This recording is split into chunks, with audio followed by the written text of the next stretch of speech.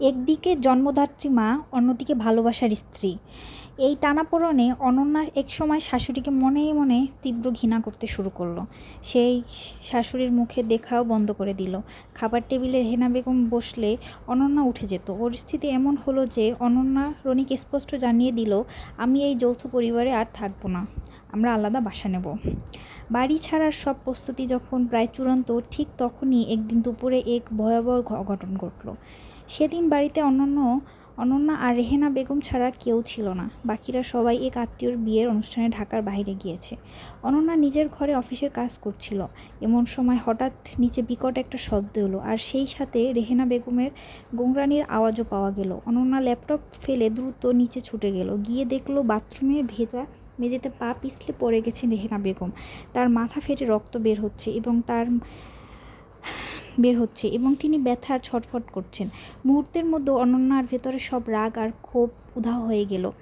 সে এক মুহূর্তে নষ্ট না করে ড্রাইভারকে ডাকলো। শাশুড়ির মাথা নিজের কোলের উপর রেখে ওড়না দিয়ে রক্ত চেপে ধরে হসপিটালের দিকে রওনা হলো। পুরানো পথ। অনন্যা মনে মনে ঈশ্বরের কাছে প্রার্থনা করছিল মা যেন ভালো থাকেন।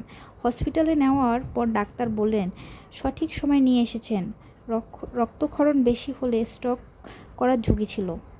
এখন তিনি বিপদমুক্ত। পরের দিন সকালে রেহেনা বেগমের জ্ঞান ফিরল। তিনি চোখ খুলে দেখলেন কেবিনের এক কোণে একটা চেয়ারে অনন্যা ক্লান্ত শরীরে ঘুমাচ্ছে। তার শরীরে আঁচলে দাগের দাগ লেগে আছে। কিছুক্ষণ পর অনন্যা চোখ মেলে শাশুড়ি তাকালে দেখলো, দ্রুত এগিয়ে এলো। কপালে হাত দিয়ে বলল, মা এখন কেমন লাগছে? মাথা ব্যথা করছে না তোরা? ডাক্তার বলছেন আপনি এখন একদম সুস্থ। রেহেনা বেগম অনন্যার দিকে তাকিয়ে রইল। সে মেয়েটাকে তিনি সারা জীবন অহংকারী আর পর ভেবে এসেছিল, সেই মেয়েটাই আজ তার জীবন বাঁচিয়েছে। নিজের দুই মেয়েকেও তাও এতখানি করেননি সন্দেহ। রেহেনা বেগমের চোখ দিয়ে জল গড়তে পড়ল। তিনি দুর্বল হাতে জড়িয়ে ধরলেন তার হাতটা। আমাকে ক্ষমা করে দিস মা। রেহেনা বেগম ফিসফিস করে বলল, আমি তোকে চিনতে ভুল করেছি। তোর চাকরি, তোর জগৎকে আমি অসম্মান করেছি। অরণ্যা কেঁদে ফেলল।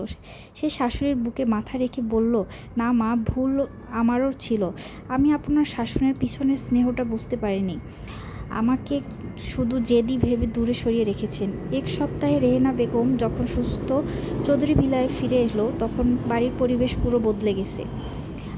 তখন আর চৌধুরী ভিলার রান্নাঘরে শাশুড়ি বউয়ের যুদ্ধ হয় না। অনন্যা যখন ল্যাপটপে কাজ করে, রেহেনা বেগম নিজে গিয়ে তার টেবিলে কফি দিয়ে আসেন।